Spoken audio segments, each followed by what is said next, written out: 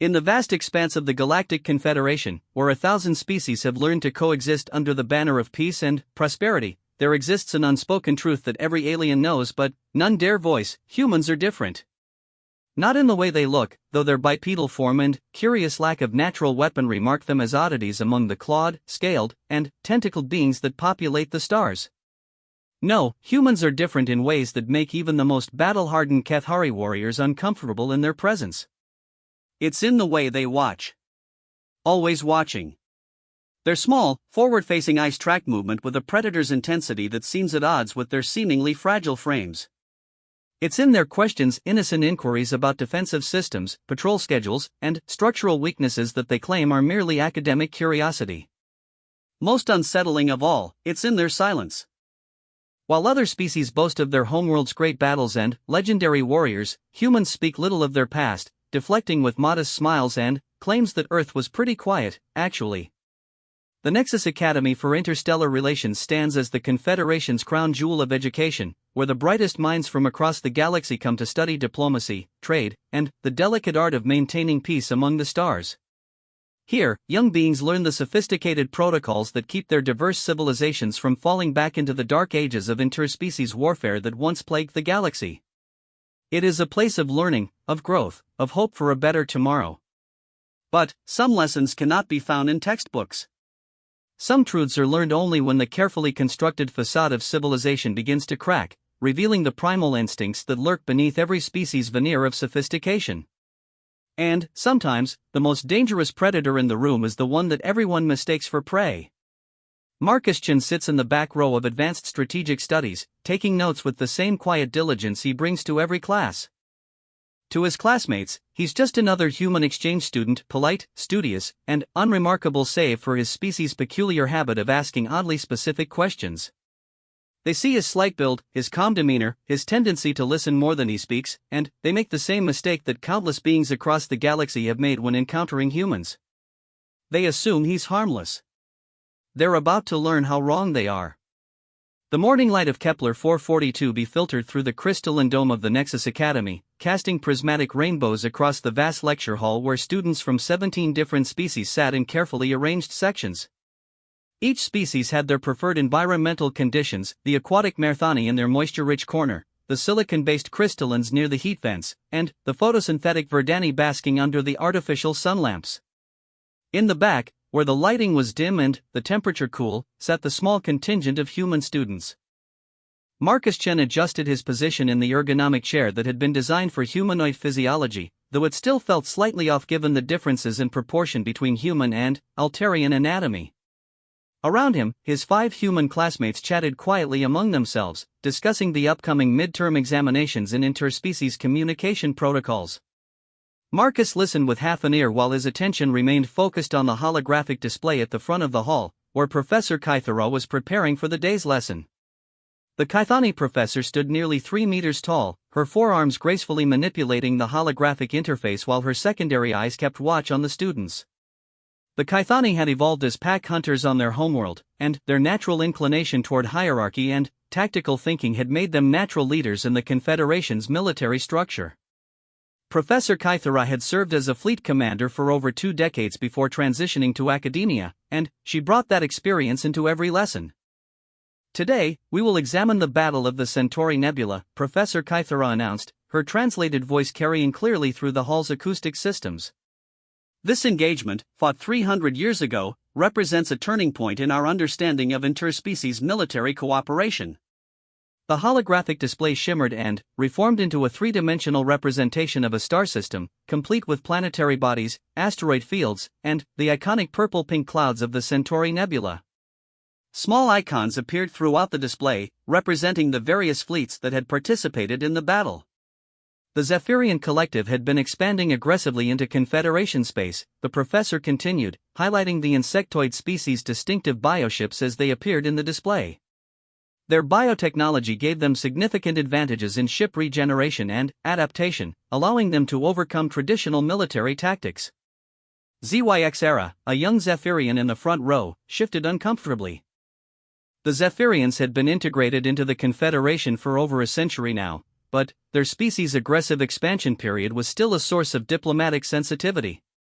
To her credit, Professor Kythera maintained clinical objectivity as she continued the lesson.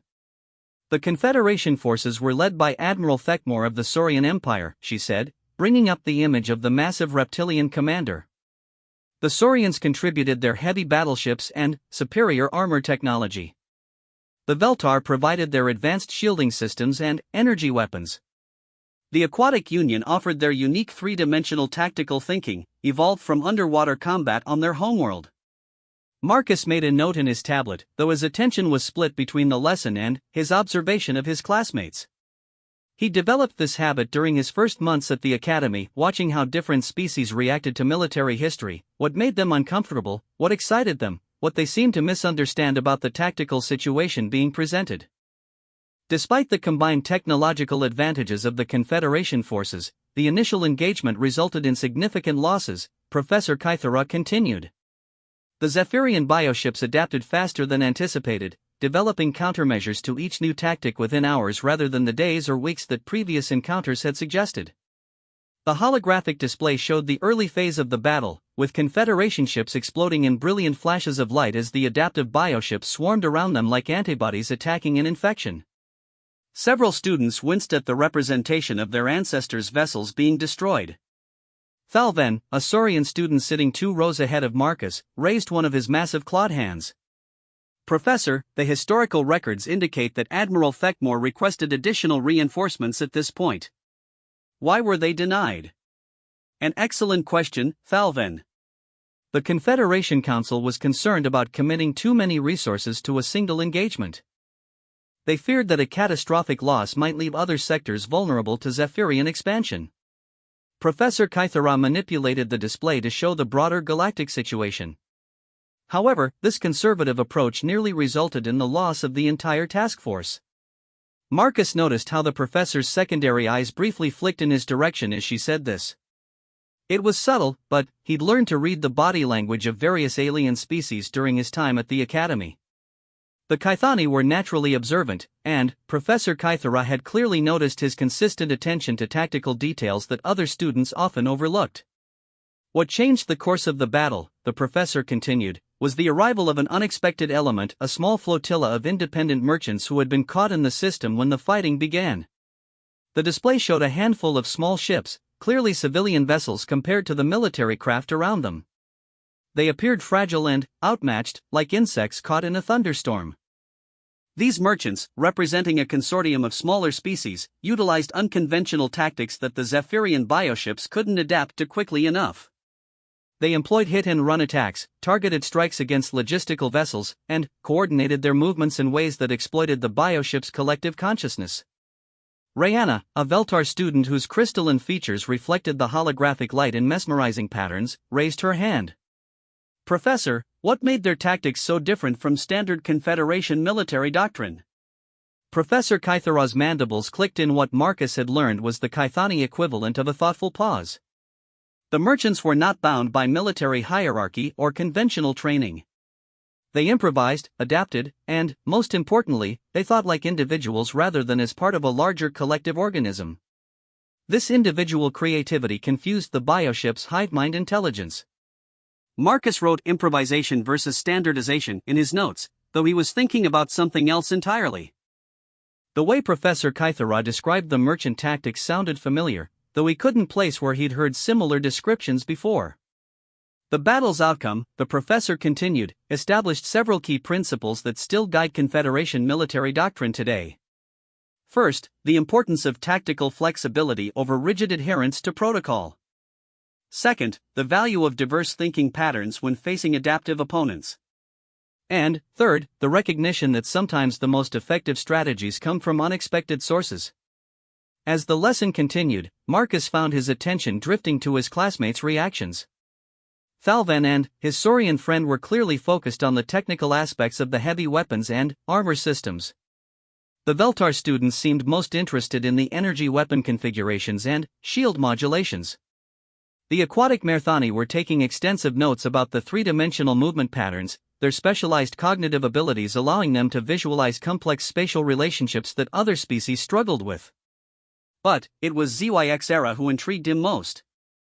The Zephyrian student was paying intense attention to every detail of how her ancestors' bioships had been defeated. Her compound eyes tracked every movement in the holographic display, and she was taking notes at a rate that suggested she was recording far more than just the basic lesson content. When the class ended and students began filing out, Marcus deliberately slowed his pace, allowing others to leave ahead of him.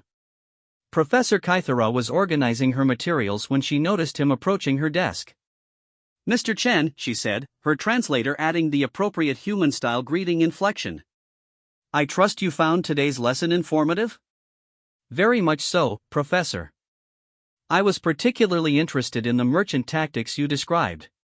Do you have any additional reading recommendations about unconventional warfare strategies?"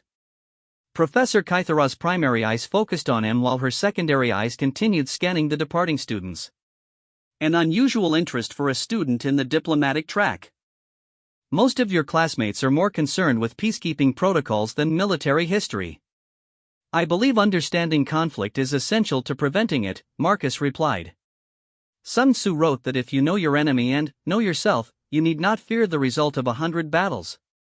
The professor's mandibles clicked again, this time with what Marcus interpreted as surprise. "You quote human military philosophers. Interesting. Most humans I've encountered at the academy speak little of their homeworld's military traditions. Earth's history includes both conflict and cooperation," Marcus said carefully. "I think both aspects are worth studying." "Indeed." Professor Kythera manipulated her holographic interface, and a reading list appeared on Marcus's tablet. "These texts examine unconventional tactics throughout galactic history. I think you'll find them illuminating." As Marcus turned to leave, the professor spoke again. "Mr. Chen, if you don't mind my asking, what did you do before coming to the academy?" Marcus paused at the doorway. "I was a student on Earth, Professor. Just like I'm a student here." "Of course," she replied, though her tone suggested she didn't quite believe him. Marcus made his way through the academy's corridors, which were designed to accommodate the vast range of alien anatomies. The passages were wide enough for the massive saurians, with alcoves and vertical spaces for the flying avicarii, and water-filled tubes for the Merthani. The architecture itself was a marvel of interspecies cooperation, though Marcus couldn't help but notice the defensive possibilities of the design: choke points that could be defended, multiple routes that could confuse attackers, and emergency systems that could be weaponized in the right circumstances. He pushed these thoughts away as he entered the common area where human students typically gathered between classes. The space had been configured to Earth normal gravity and atmosphere, providing a familiar environment where they could relax without the constant low-level stress of adapting to alien conditions. Sarah Martinez looked up from her xenobiology textbook as Marcus approached. "How was strategic studies? Kythera giving her usual war stories?" "Today was the Battle of Centauri Nebula," Marcus replied, settling into a chair that had been manufactured on Earth and shipped to the academy at considerable expense. She seemed particularly interested in unconventional tactics. "Figures," said James Kim, looking up from his diplomatic protocols homework. "The Kythani love anything related to military strategy. It's like asking a fish about swimming." "Did you notice anything weird about the other students today?" asked Lisa Zhang, the group's unofficial social coordinator. "Some of the non-humans have been acting strange lately. More watchful, I guess." Marcus had noticed, though he wasn't sure he wanted to discuss it. "How do you mean?" "Well, yesterday in interspecies psychology, that saurian Thalven kept staring at Tom during the whole lesson about predator species identification. And, in the dining hall, I swear I caught some of the Veltar students recording us with their optical implants." "Maybe they're just curious about humans," suggested Mike Torres, though he sounded unconvinced. "We're still pretty new to the Confederation compared to most species. Or maybe," James said quietly, "they're starting to figure out that humans aren't quite what we seem to be." The comment hung in the air, unaddressed but understood by all of them. Marcus looked around at his fellow human students and wondered, not for the first time, how much each of them was hiding about their backgrounds. The Academy's human exchange program had very specific requirements, and Marcus suspected that at least some of his classmates had military experience that they weren't discussing openly. "Speaking of which," Sarah said, changing the subject with obvious deliberation, Has anyone figured out what's going on with the security upgrades around campus? I've counted at least 6 new surveillance drones since last week, and they've added biometric scanners to half the laboratory entrances. Marcus had noticed the security changes, though his observations had been more detailed than Sarah's. The new drones followed patrol patterns consistent with anti-infiltration protocols rather than simple monitoring. The biometric scanners were military-grade, capable of detecting stress indicators and concealed weapons. Most telling of all, the faculty had been conducting more frequent emergency drills, and the scenarios were becoming increasingly complex. Maybe it's just routine upgrades, Mike suggested, though he didn't sound convinced. Or maybe, Marcus said quietly, something's got the academy administration worried. Before anyone could respond, an announcement echoed through the common area in the multiple languages and communication methods used throughout the academy. The human translator rendered it as, all students report to designated emergency stations. This is not a drill. Repeat, this is not a drill. The humans exchanged glances, and Marcus noticed that none of them looked particularly surprised or panicked. Instead, they moved with the practiced efficiency of people who had trained for exactly this type of situation. As they made their way toward the emergency stations, Marcus caught sight of ZYXera in the corridor ahead. The Zephyrian student was moving against the flow of evacuating students, heading deeper into the academy complex rather than toward the exits. Her compound eyes swept the corridor with systematic precision, and she carried a device that Marcus didn't recognize but that looked decidedly non-civilian. For a moment, their eyes met across the crowded corridor. ZYXera paused, her mandibles twitching in what might have been surprise or recognition.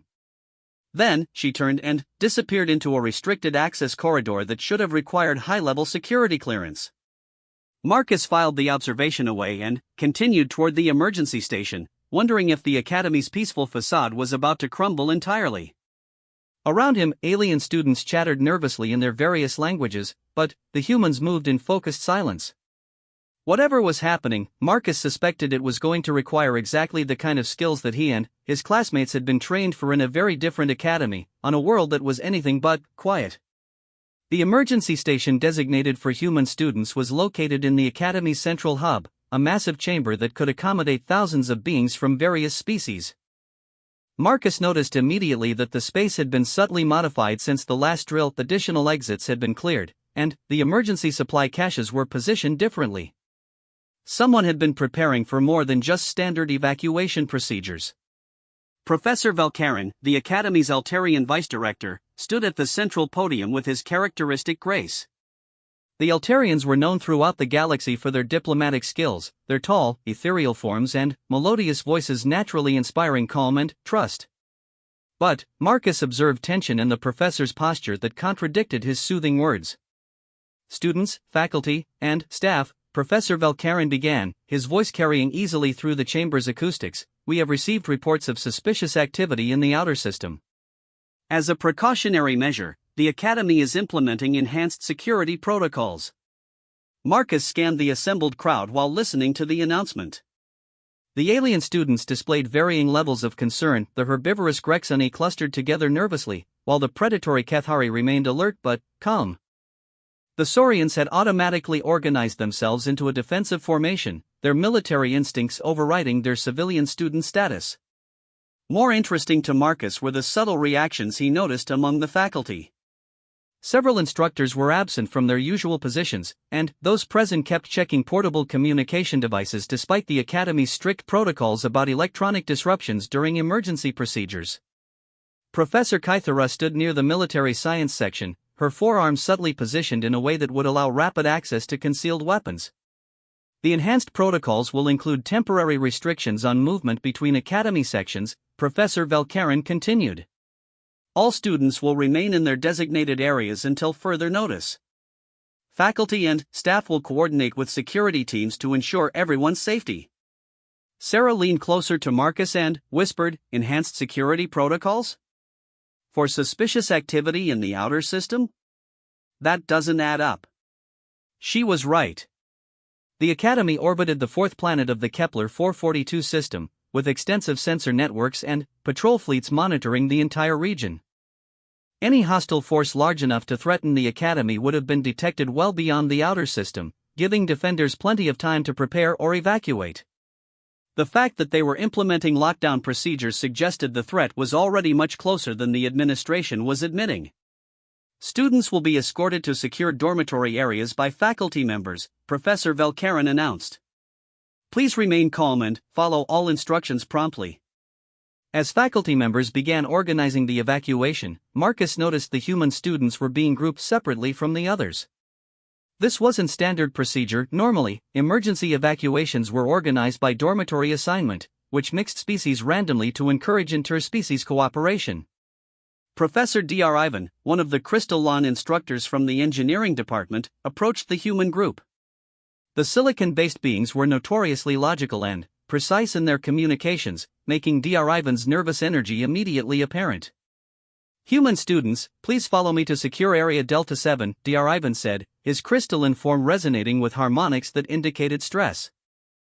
Quickly, but maintain order. As they walked through corridors that Marcus had never seen before, he realized they were heading into the academy's administrative core rather than toward the dormitories. The passages here were narrower and showed clear signs of defensive design: reinforced walls, emergency blast doors, and what appeared to be automated weapon systems carefully disguised as decorative elements. Professor, James asked quietly, where exactly is secure area Delta 7? This doesn't look like the route to any student facilities. Dr. Ivan's crystalline features flickered with chromatic shifts that Marcus had learned indicated deception in crystalline body language. It is a newly designated area, specifically configured for enhanced protection. They passed through several more security checkpoints, each one more sophisticated than the last. Marcus noted that the biometric scanners weren't just verifying identity, they were conducting detailed physiological analyses that went far beyond standard security measures. The final checkpoint required both biometric verification and some kind of quantum signature scan that Marcus didn't recognize. Secure Area Delta 7 turned out to be a spacious facility that looked more like a military briefing room than a student shelter.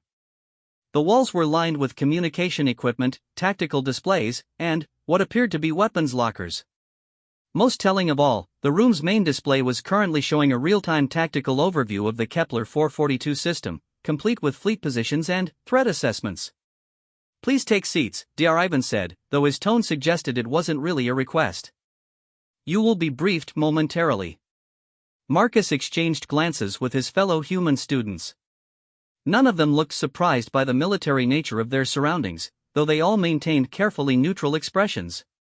Whatever was happening, it seemed their cover as simple exchange students was about to be blown. The room's main door sealed with a distinctive hiss that indicated an airtight lock, and new figures entered from a concealed side entrance. Marcus recognized Admiral Threndar, the Academy's military liaison, but the others were unfamiliar, high-ranking officers from multiple species, all wearing the kind of grim expressions that suggested very bad news. Professor Kythera entered last, and Marcus noticed she was now carrying visible weapons rather than concealed ones. Her forearms moved with the practiced efficiency of someone preparing for combat, and her secondary eyes continuously scanned for threats. Gentlemen and ladies, Admiral Threndar began without preamble, we can drop the pretense. We know who you are, and, right now, we need what you represent. The Kethari Admiral was built like a tank with fangs, and his species' reputation for directness in combat extended to their communication style. Marcus appreciated the straightforward approach, even as he wondered exactly how much they knew about the human students' real backgrounds. 3 hours ago, our deep space monitoring stations detected an incursion in the outer system, the Admiral continued. The intruders are using technology we don't recognize, and their ships are demonstrating capabilities that shouldn't exist. The main display shifted to show sensor readings that made Marcus's blood run cold. The ships appeared to be using some kind of stealth technology that bent spacetime itself, making them effectively invisible to conventional sensors. Their energy signatures suggested power sources that exceeded anything in the Confederation's technological database. More concerning, Admiral Threndar said, is their apparent knowledge of our defensive systems. They've avoided every patrol route, bypassed every sensor grid, and neutralized 3 monitoring stations without triggering any alarms. Sarah spoke up, her diplomatic training overriding operational security concerns. Admiral, with respect, why are you telling us this? We're just exchange students. The Admiral's predatory smile showed far too many teeth. Dr. Sarah Martinez, former Lieutenant Commander, Earth Defense Force Strategic Intelligence Division. Graduated top of your class from the Solar Military Academy before being selected for deep cover operations. Marcus felt the familiar calm of operational exposure settling over him. Their covers were blown, which meant the situation was serious enough that the Confederation was willing to reveal their knowledge of human military infiltration. Mr. James Kim, Admiral Threndar continued, former Captain, Terran Special Operations Command. Specialist in xenological warfare and infiltration tactics. Mr. Michael Torres, former Major, Earth Space Marines, decorated veteran of the Proxima campaign that officially never happened. The Admiral turned his attention to Marcus. And Mr. Marcus Chen, former Colonel, Earth Strategic Command. Youngest officer ever promoted to senior tactical planning position.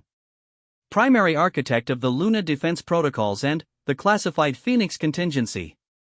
Marcus maintained his neutral expression, though internally he was impressed by the accuracy of their intelligence. The Confederation clearly knew more about human military organization than Earth's government had suspected. Ms. Lisa Zhang, the Admiral concluded, former Commander, Earth Naval Intelligence. Expert in communications warfare and information operations. You've all been very convincing in your roles as peaceful exchange students, but we've known about Earth's infiltration program from the beginning. Lisa, who had been their group's social coordinator, looked around at her companions with new understanding. So we're all military intelligence. That's either very good operational planning or very bad operational security. Both, admitted a new voice from the room's concealed entrance. Marcus turned to see Director Sorthak, the Academy's highest-ranking administrator, entering with what appeared to be a full military escort. Director Sorthak was a member of the ancient Ethmoran species, beings who had achieved sapience millions of years before most other galactic civilizations. Their vast experience and near-telepathic abilities made them natural leaders and mediators, which explained their prominent role in Confederation governance. The truth, Director Sorthak said in his mental voice that bypassed language entirely, is that your infiltration program has served both our interests and your own. We needed to understand human military capabilities, and you needed to understand our defensive systems and cultural patterns. Marcus found himself speaking before his operational training could stop him. Mutual intelligence gathering under the guise of cultural exchange. Elegant. Indeed. However, the current situation changes our relationship significantly. Director Sorthak moved to the central display, which shifted to show new tactical information. The intruders are not using any technology we recognize, but their tactics are disturbingly familiar. The display showed attack patterns, movement algorithms, and strategic approaches that Marcus began to recognize. The tactics weren't random or alien, they followed patterns that seemed almost like variations on human military doctrine, but refined and enhanced in ways that suggested either extensive study or direct experience with human warfare. The concern, Director Sorthak continued, is that these intruders appear to understand human tactical thinking better than they understand Confederation military doctrine. Their attacks have exploited weaknesses that only someone familiar with human strategic planning would recognize. The implications hit Marcus immediately. You think they've encountered humans before? Or, Admiral Threndar said grimly, they are humans. The room fell silent as the human students processed this possibility. If rogue human forces were attacking Confederation space using advanced technology, it would destroy any chance of peaceful integration between Earth and the galactic community. Worse, it would likely result in a preemptive strike against Earth itself to prevent further aggression. That's impossible, Mike said, breaking the silence. Earth doesn't have the technology for interstellar stealth ships. Our fastest vessels barely achieve 0.1 c, and our stealth capabilities are limited to electromagnetic spectrum manipulation. Unless, Sarah said quietly, someone on Earth has been developing technology based on captured alien systems. Marcus felt a chill of recognition. The Phoenix contingency, his own classified strategic plan, had included provisions for exactly this scenario, the development of enhanced human military capabilities using alien technology acquired through covert means. He designed it as a last resort defense against potential alien invasion, but the same principles could easily be adapted for offensive operations. Director, Marcus said carefully, what exactly do you want from us? We want you to help us understand these tactics, Director Sorthak replied. Your species' particular approach to warfare includes elements that other galactic civilizations find unsettling. The willingness to sacrifice individuals for strategic advantage. The use of deception and misdirection as primary weapons. The ability to adapt rapidly to unexpected circumstances. You want us to think like the enemy because you think the enemy thinks like us, Lisa summarized. Precisely. And we want you to help us develop countermeasures that account for human tactical flexibility. Admiral Threndar activated new sections of the tactical display. The intruders have established a base of operations in the asteroid belt of the outer system. They're using the asteroids themselves as both camouflage and defensive positions, creating a mobile fortress that can relocate as needed. Marcus studied the tactical situation, his mind automatically beginning to analyze attack vectors, supply lines, and defensive vulnerabilities. The asteroid base was clever, it provided excellent concealment, multiple escape routes, and natural shielding against most weapons. It also suggested long-term planning rather than a simple hit-and-run operation. How many ships are we dealing with? James asked. Uncertain.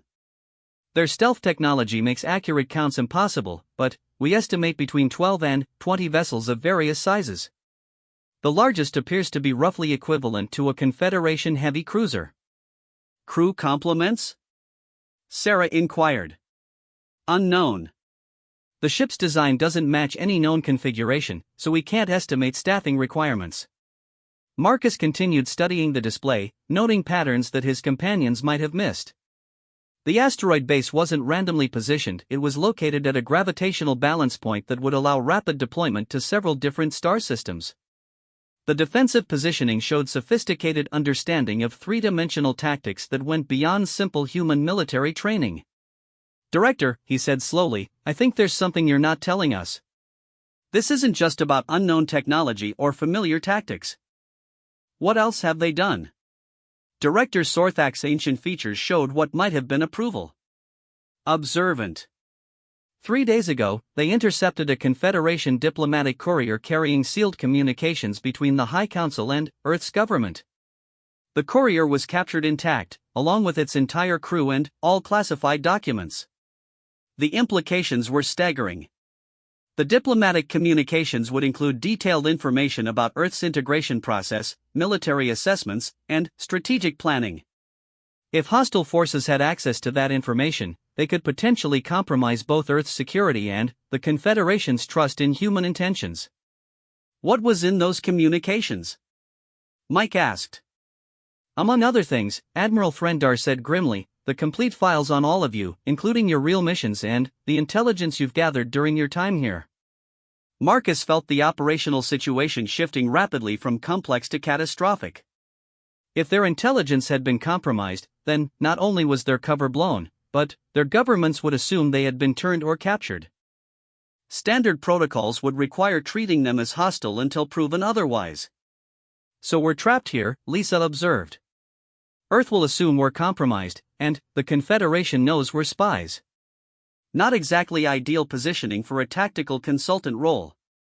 Actually, Director Sorthak said, your compromised status might be our greatest advantage. The intruders know about your presence here, which means they'll be expecting Confederation forces to rely on standard alien military thinking. They won't be expecting us to have human strategic consultants helping to plan our response. Marcus began to see the shape of what the Confederation was proposing. You want us to help you plan operations that will surprise other humans by using human tactical thinking that they won't expect you to understand. Essentially, yes. We need to outhuman the humans, if you'll forgive the expression.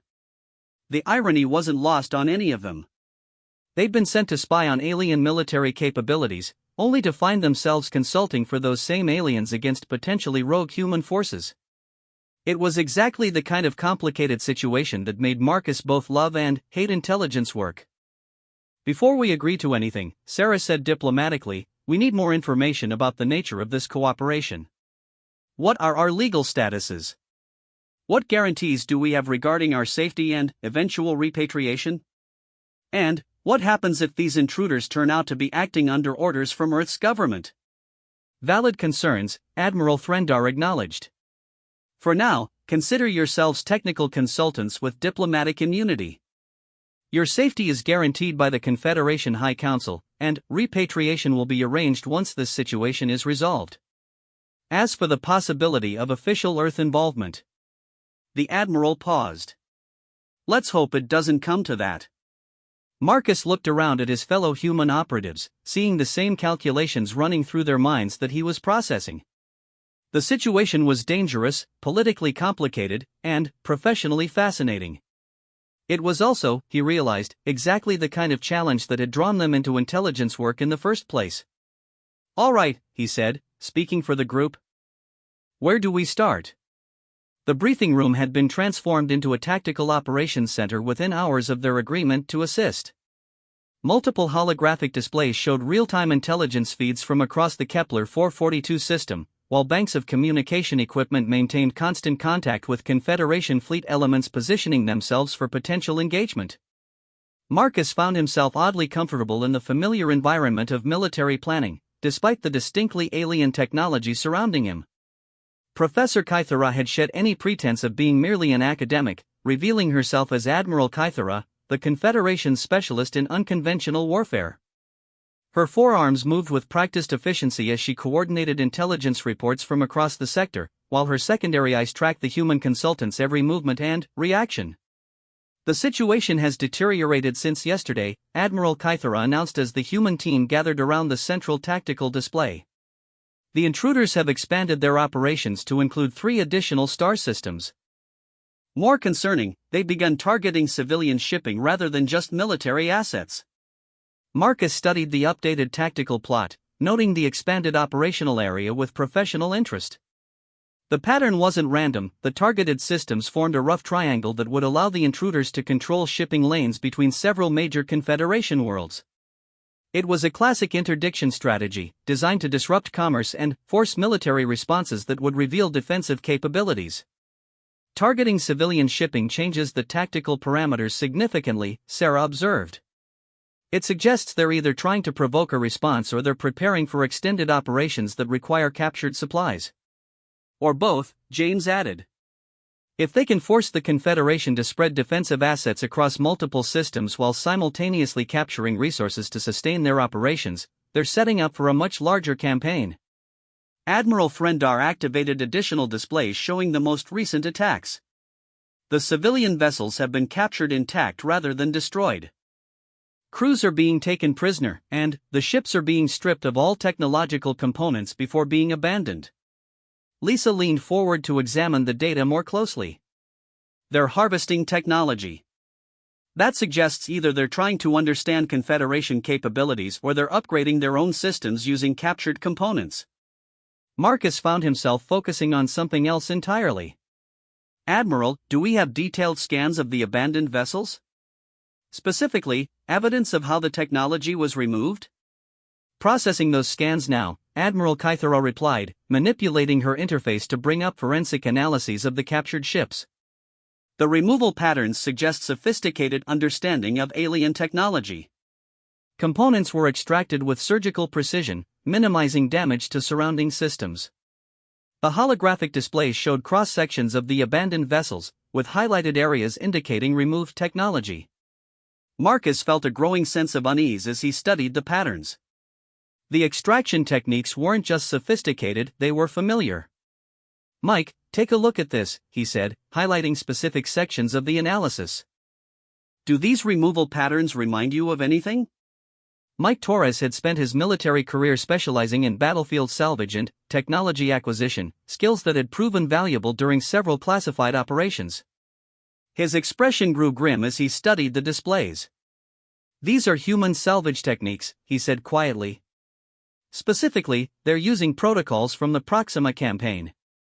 The systematic approach to component extraction, the priority targeting of power systems and sensors, the careful preservation of navigation computers for intelligence purposes, this is straight out of Earth Special Operations field manuals." The implications hit everyone simultaneously. If the intruders were using classified Earth military procedures, it meant they had access to information that should have been known only to a very limited number of people. How many people would have had access to these procedures? Admiral Kythera asked.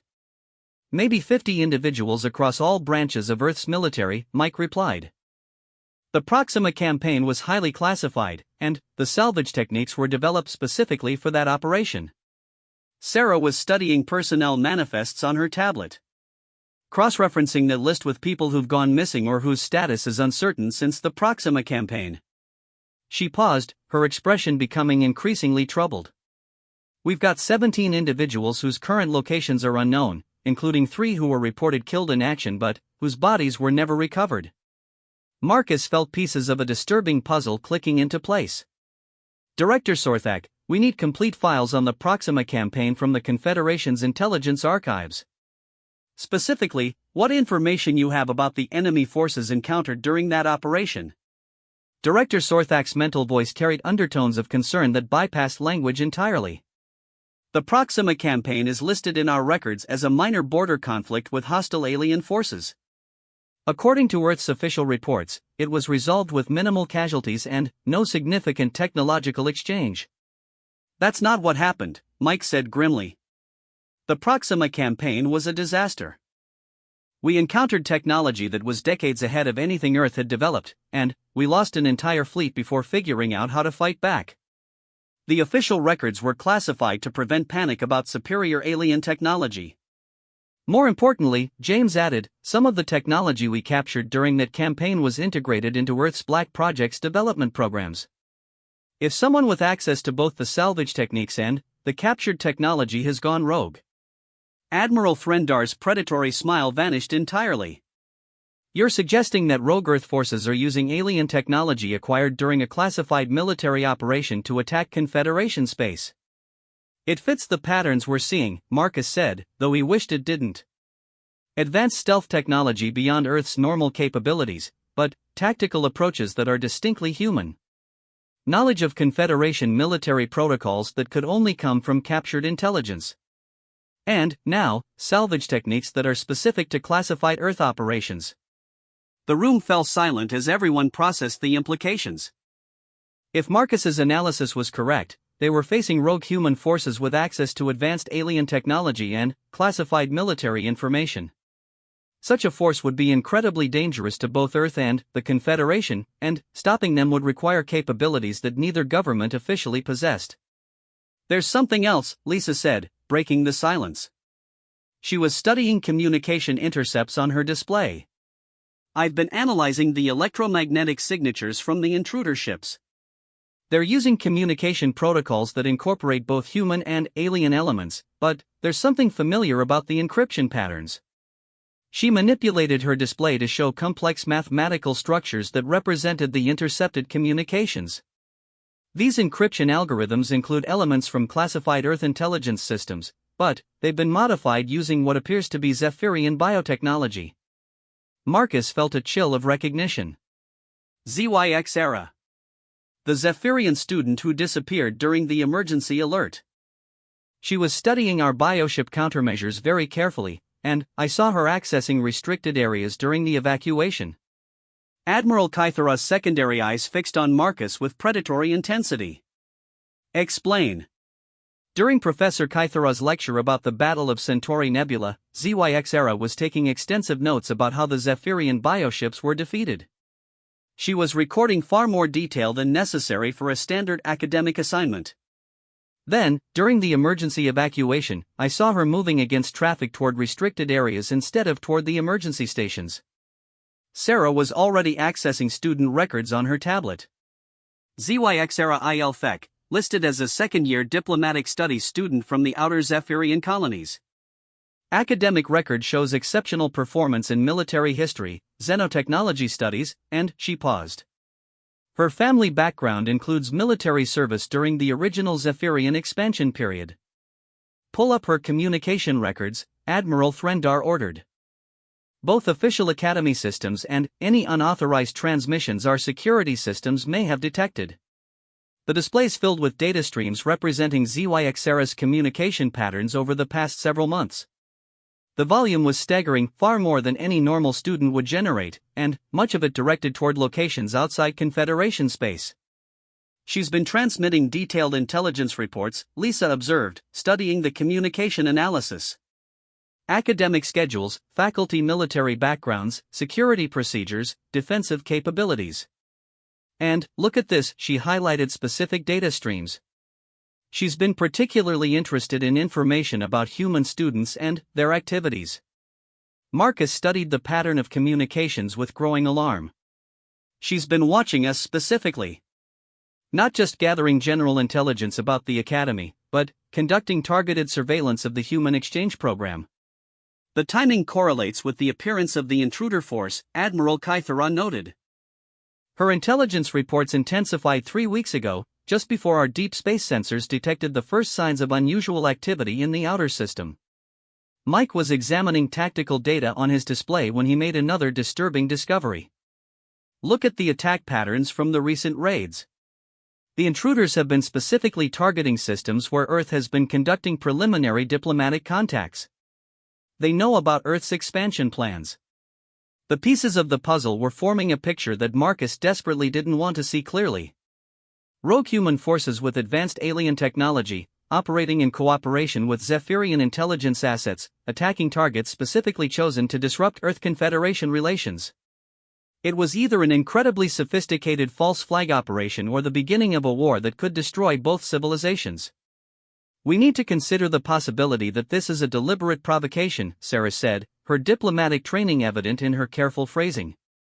"If someone wanted to prevent peaceful integration between Earth and the Confederation, attacking Confederation space with human tactics while using a Zephyrian intelligence asset would be an effective approach. But who would benefit from preventing that integration?"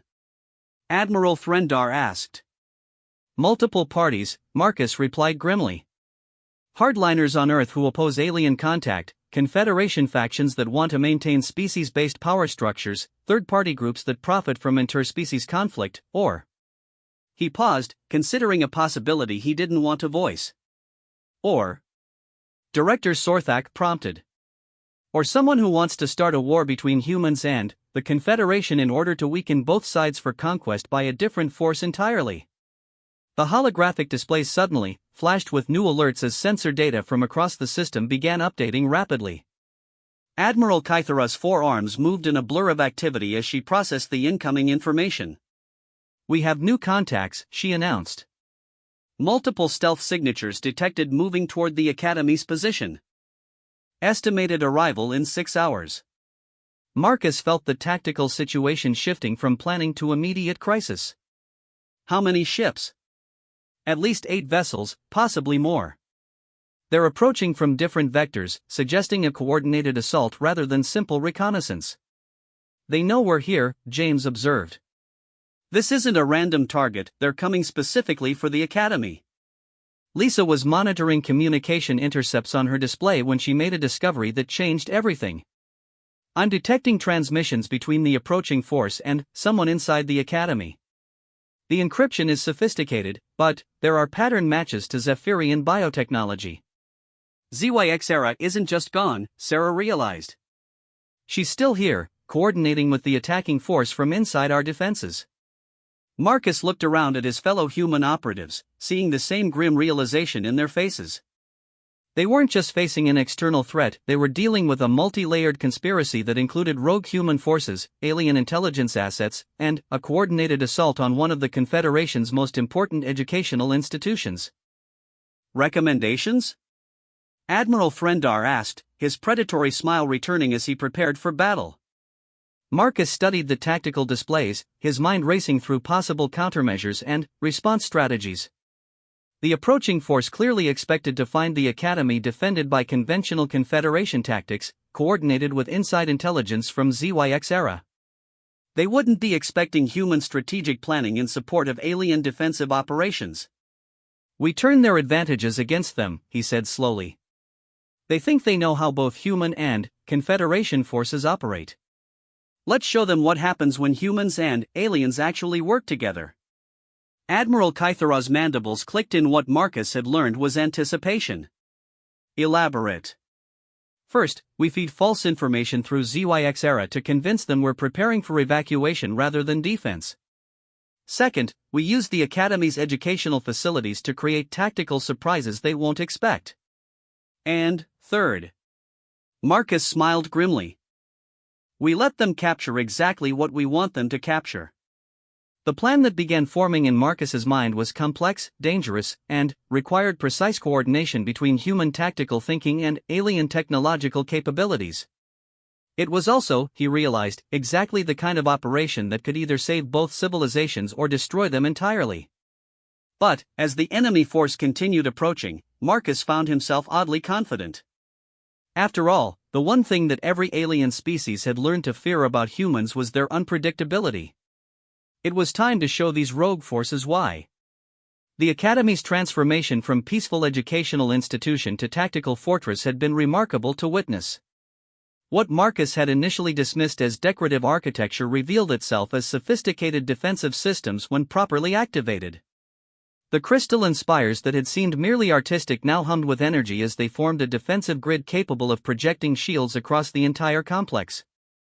The graceful walkways between buildings concealed weapon emplacements that could be deployed in seconds, while the beautifully landscaped grounds hid sensor networks and automated defensive systems.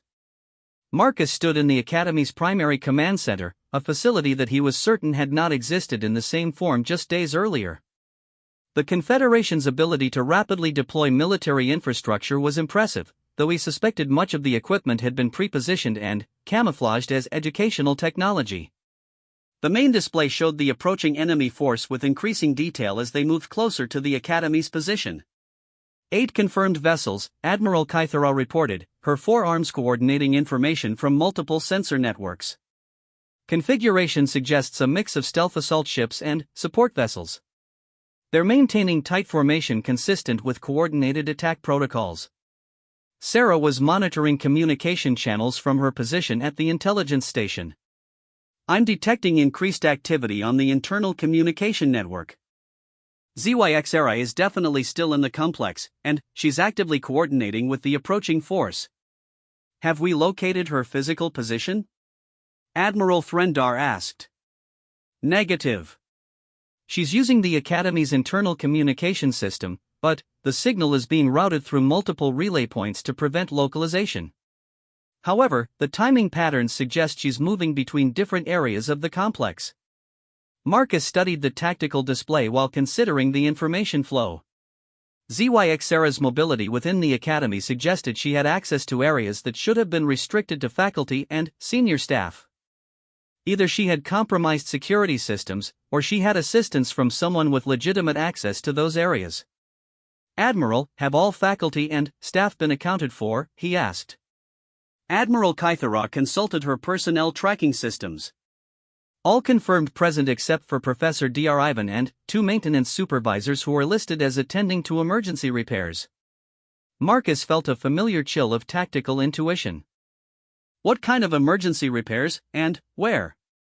Power distribution systems in the lower levels, near the Academy's primary computational cores.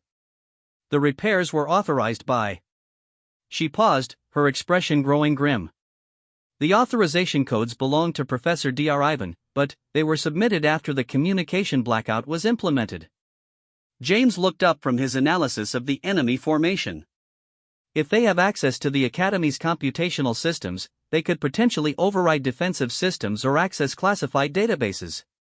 Or, Mike added ominously, they could be preparing to take control of the Academy's communication arrays to broadcast false intelligence to Confederation forces across the sector. Marcus watched the enemy vessel's approach pattern while processing these new complications. The attacking force was moving with confidence that suggested detailed knowledge of the Academy's defenses. If they had inside assistance beyond just ZYX Sarah's intelligence reports, it would explain their willingness to assault such a heavily defended position.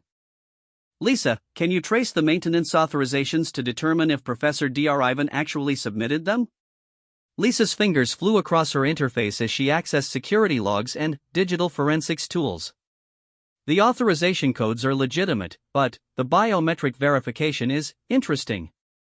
The scans match Professor D'Arrivan's crystalline matrix signature, but the harmonic resonance patterns are slightly off.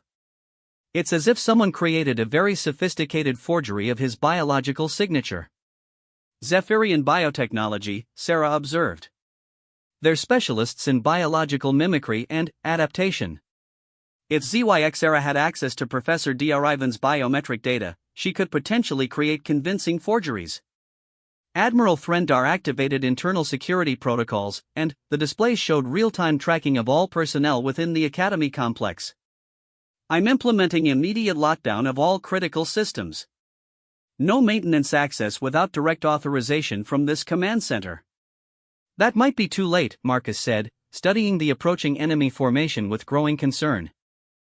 If they've already compromised critical systems, triggering lockdown procedures might activate prepositioned sabotage rather than preventing it.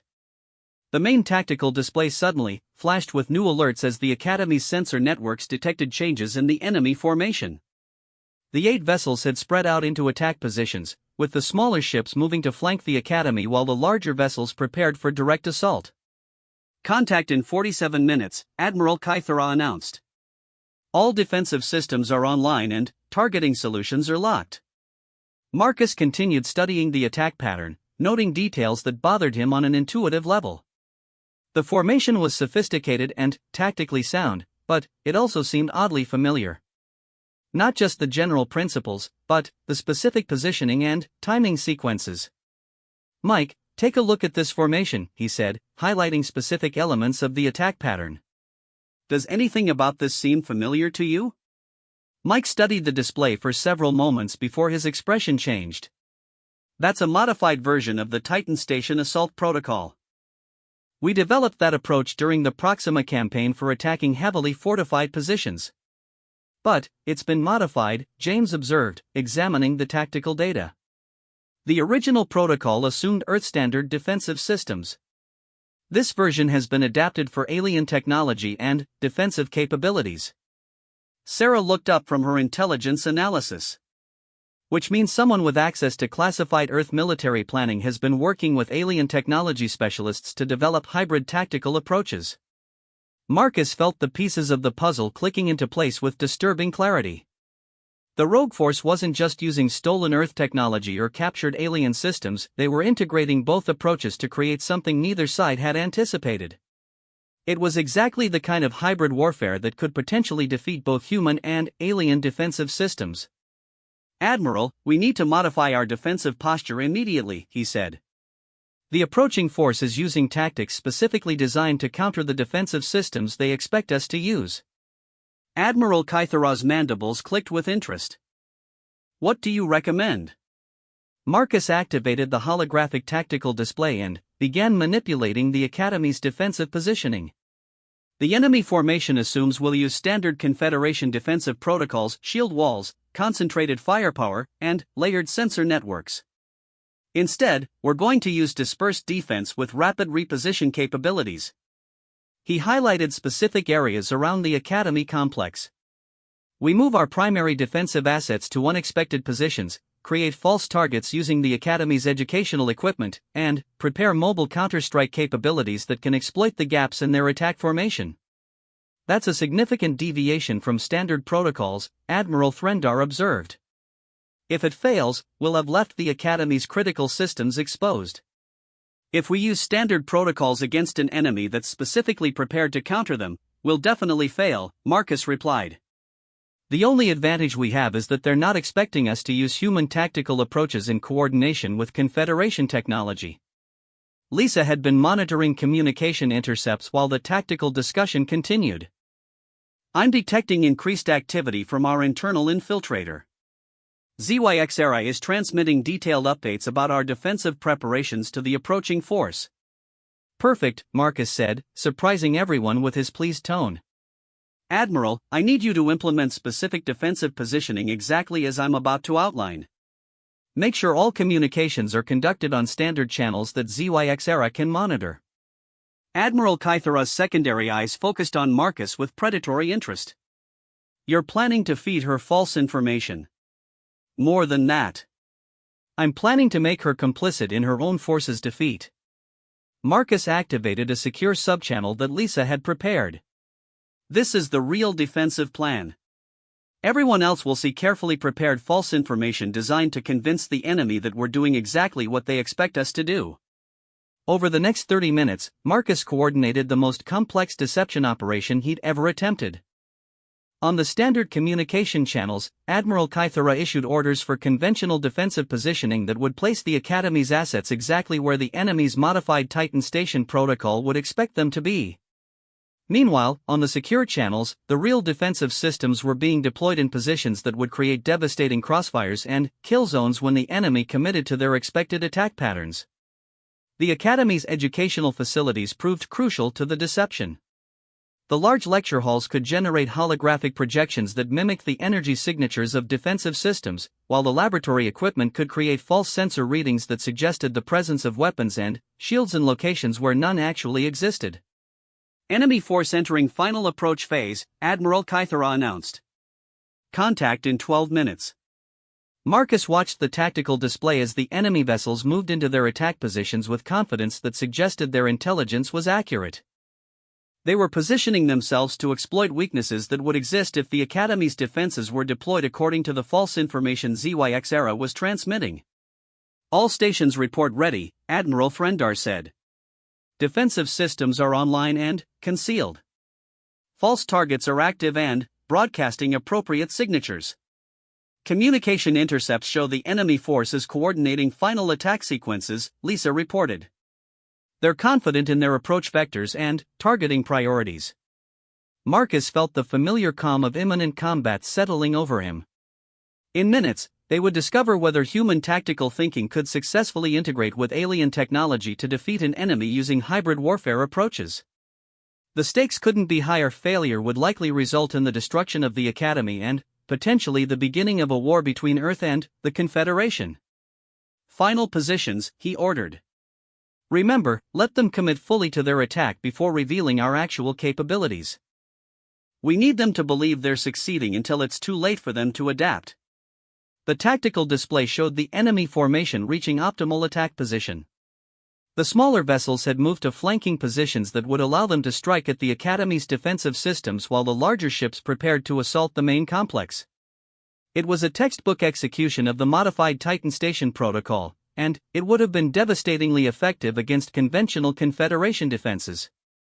All ships in position, Admiral Kythera reported. They're preparing to commence their attack.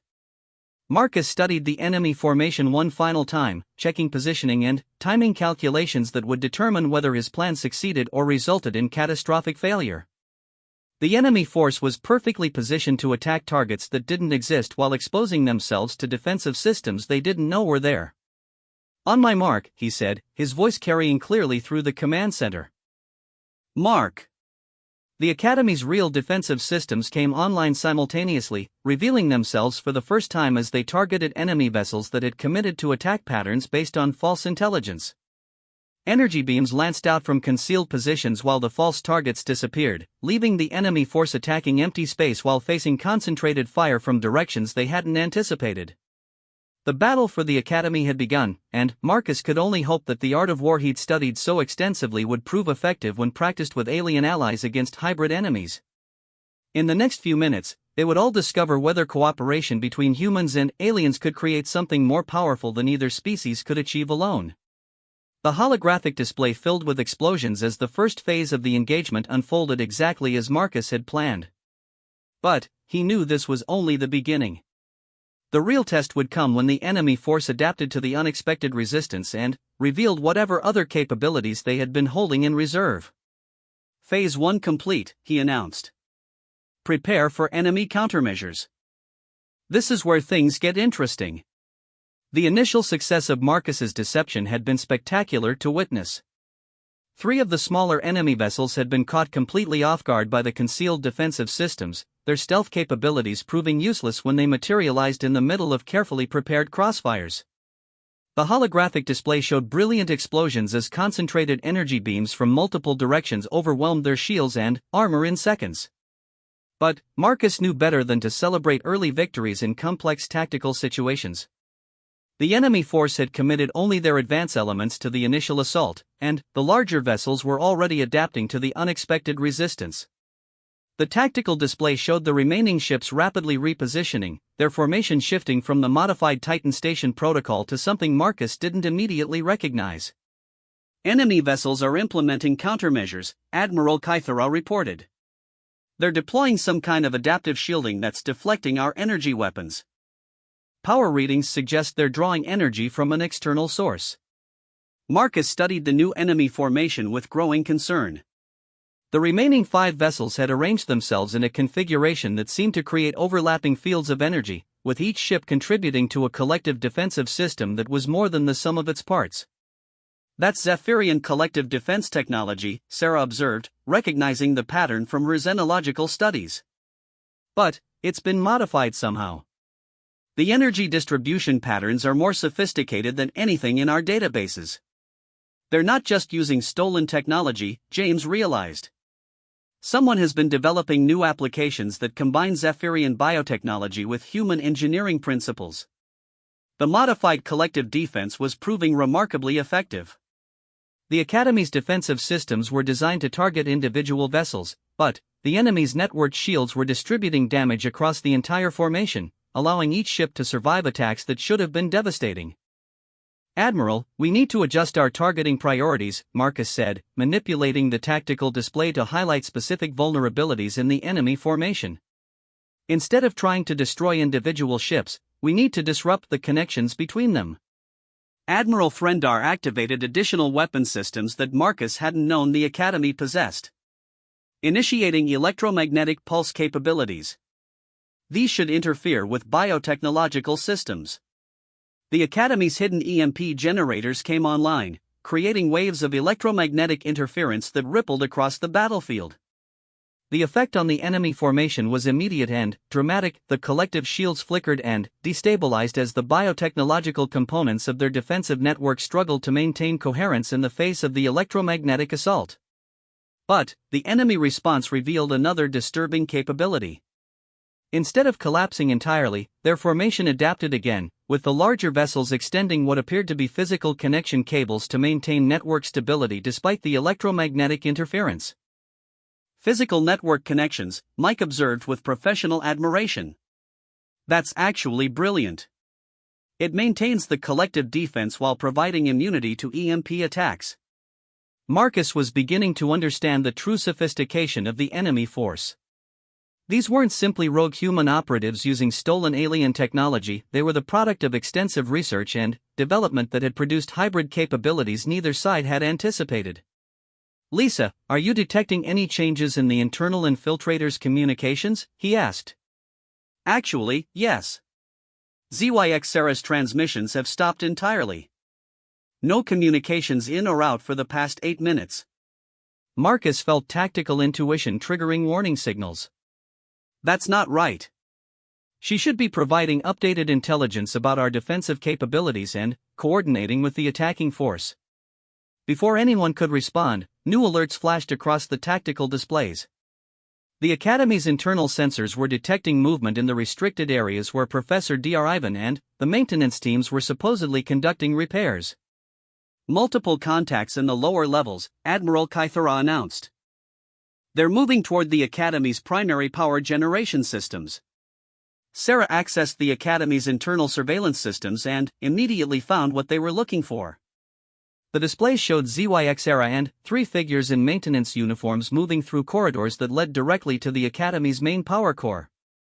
But the maintenance workers weren't struggling or moving under duress, they were clearly cooperating with the Zephyrian student.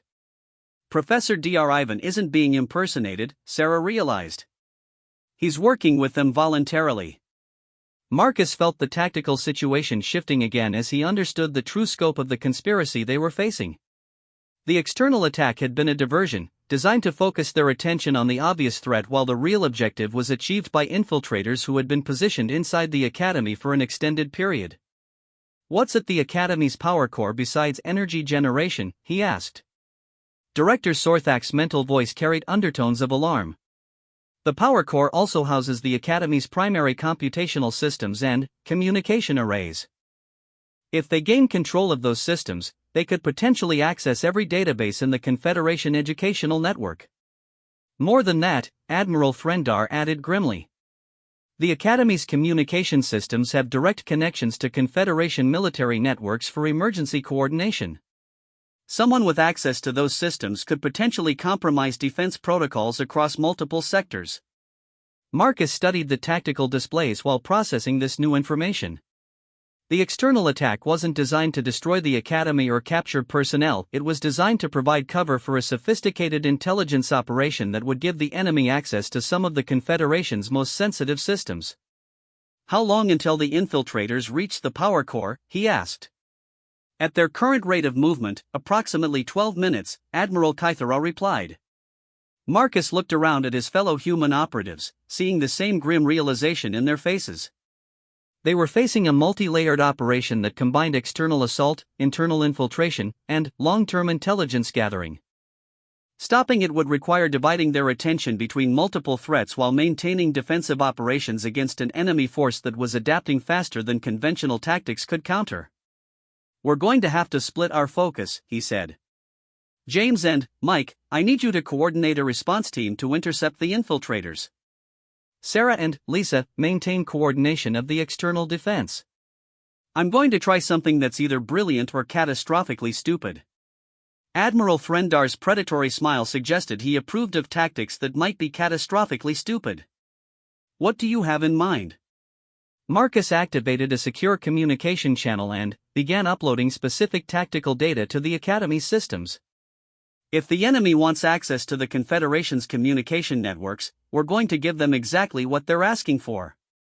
He began implementing what was essentially a trap within the Academy's computational systems, false databases and communication protocols that would appear to provide access to critical Confederation intelligence while actually feeding carefully prepared misinformation to anyone who accessed them.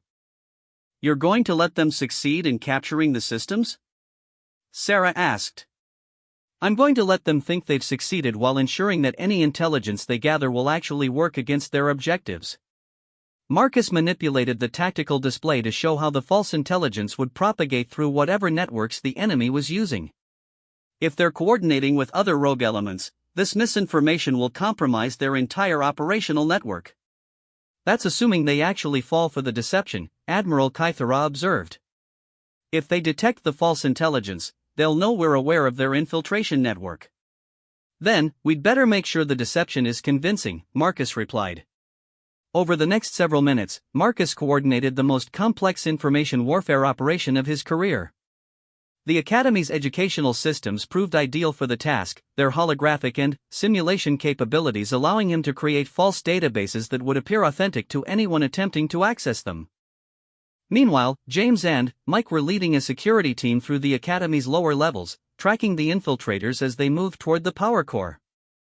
The pursuit was complicated by the fact that Professor Dr. Ivan had legitimate access to most of the restricted areas, making it impossible to simply lock down the systems the infiltrators were using. Contact with infiltrators in 3 minutes, James reported over the communication system. They're moving faster now, probably aware that they've been detected.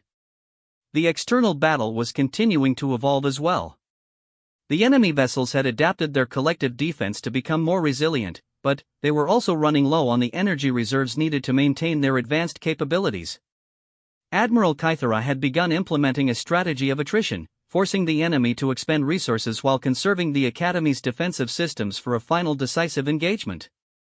Enemy force is showing signs of strain, she reported. Their collective defense is beginning to show gaps as individual vessels reach energy depletion levels. Marcus monitored multiple tactical displays while putting the finishing touches on his information warfare trap. The false databases were ready, the communication protocols were established, and the misinformation was prepared to propagate the moment the infiltrators gained access to the systems. James, report, he called. We've reached the power core level. Visual contact with the infiltrators. There, wait. James's voice carried confusion. Marcus, you need to see this. A new display activated, showing the view from James's tactical camera. The infiltrators had reached the power core, but they weren't attempting to hack into the computational systems. Instead, they were installing some kind of additional hardware that appeared to be designed to enhance the systems rather than compromise them. "They're not trying to steal intelligence," Mike reported. "They're upgrading the Academy's communication capabilities." Marcus felt understanding dawn with disturbing clarity. "They're not here to compromise the Confederation's networks. They're here to improve them." Director Sorthak's mental voice carried undertones of revelation. The enhanced communication systems would allow unprecedented coordination between Confederation and Earth military forces. If someone wanted to prepare for cooperative defense against a larger threat. Or, Sarah said quietly, if someone wanted to make sure that when the real enemy arrives, our civilizations would be able to work together effectively. The tactical display suddenly flashed with new alerts as long-range sensors detected additional contacts entering the outer system. But these weren't more ships of the type they'd been fighting, these were vessels using technology that didn't appear in any database, moving at speeds that seemed to violate known physical laws. "Unknown contacts," Admiral Kythera announced. "Estimated arrival in 6 hours. Configuration and capabilities are completely outside our technological parameters." Marcus studied the new sensor readings with growing understanding. The entire battle, the infiltration, even the deception operations, everything had been preparation for something much larger. The rogue human forces hadn't been attacking the Confederation. They'd been testing its defenses and improving its capabilities in preparation for a threat that neither civilization could face alone. "Admiral, open a communication channel to the enemy vessels," he ordered. "Marcus, what are you doing?" Sarah asked. "I'm apologizing to some very dedicated people for not recognizing what they were really trying to accomplish." The main display shifted to show the bridge of the lead enemy vessel. Marcus found himself looking at a human woman in her 50s, wearing a uniform that combined Earth military elements with alien technology in ways that suggested long-term cooperation rather than captured equipment. "Colonel Chen," the woman said with a slight smile. "I was wondering when you'd figure it out." "I'm Admiral Sarah Johnson, formerly of Earth Strategic Command, currently commanding the Combined Human-Alien Defense Initiative." Marcus felt the last pieces of the puzzle clicking into place. "The Phoenix Contingency. You're implementing the deep contingency protocols. The ones you wrote, actually. When our long-range monitoring stations detected the approaching threat, we realized that neither Earth nor the Confederation had the capabilities to face it alone. So we began implementing the protocols you developed for exactly this scenario. The attacks, the infiltration, even the intelligence gathering, all of it was designed to test and improve our combined defensive capabilities," Marcus realized. While also providing cover for upgrading critical communication and coordination systems, Admiral Johnson confirmed. "The approaching force represents technology that's millennia ahead of anything either of our civilizations has developed. Our only chance is perfect cooperation between human tactical thinking and alien technological capabilities." Marcus looked around at the assembled alien commanders and his fellow human operatives, seeing understanding dawn in their faces as well. The battle they'd just fought hadn't been a conflict between enemies, it had been the final examination before the real war began. "Admiral Johnson," he said formally, requesting permission to join the Combined Defense Initiative. "Permission granted, Colonel. We're going to need every advantage we can get." Admiral Johnson's expression grew grim. "Because what's coming toward us makes everything we've dealt with so far look like a training exercise." The holographic displays shifted to show the approaching threat in greater detail, revealing ships that dwarfed anything in either Earth or Confederation fleets. Marcus studied the tactical data with professional interest, noting capabilities that would require completely new approaches to warfare. But, for the first time since the crisis began, he felt genuinely optimistic about their chances. After all, the one thing that every species in the galaxy was learning was that humans and aliens could accomplish remarkable things when they worked together. And Marcus was very much looking forward to showing these new enemies exactly what that cooperation could achieve.